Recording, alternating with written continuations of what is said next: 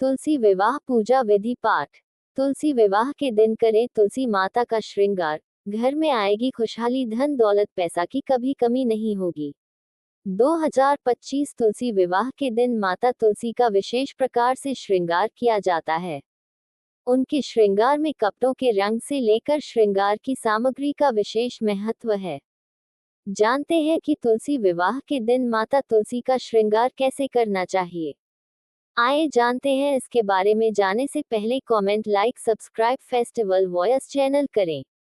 तुलसी विवाह 2025 हिंदू पंचांग के अनुसार कार्तिक मास के शुक्ल पक्ष की एकादशी तिथि को तुलसी विवाह कराया जाता है।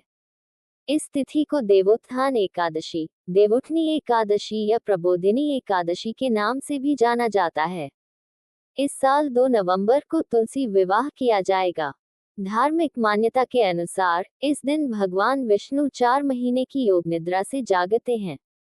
इन 4 महीनों को चातुर्मास कहा जाता है, जिनमें भगवान विष्णु विश्राम अवस्था में रहते हैं। जब वे इस दिन पुनः जागृत होते हैं तो समस्त सृष्टि में शुभ कार्यों का प्रारंभ होता है। इसी दिन तुलसी विवाह का आयोजन किया जाता है, जो धार्मिक रूप से अत्यंत शुभ माना गया है। तुलसी विवाह के दिन माता तुलसी का विशेष प्रकार से श्रृंगार किया जाता है। जानते हैं कि तुलसी विवाह के दिन माता तुलसी का श्रृंगार कैसे करें ताकि उनका आशीर्वाद प्राप्त हो सके। तुलसी विवाह की तैयारी और पूजन विधि। सबसे पहले घर या आंगन में जहां तुलसी का पौधा स्थापित है, उस स्थान की सफाई करें। उसके बाद गंगाजल या पवित्र जल का छिड़काव करें। तुलसी माता को नए वस्त्र पहनाएं। पास में एक सुंदर आसन पर शालिग्राम भगवान को स्थापित करें। उन्हें पीले वस्त्र पहनाएं, चंदन, फूल और तुलसी दल अर्पित करें। इस दौरान मंगल गीत, विवाह मंत्र और आरती गाई जाती है। पूजा के बाद प्रसाद स्वरूप पंचामृत, मिठाई या खीर का भोग लगाया जाता है।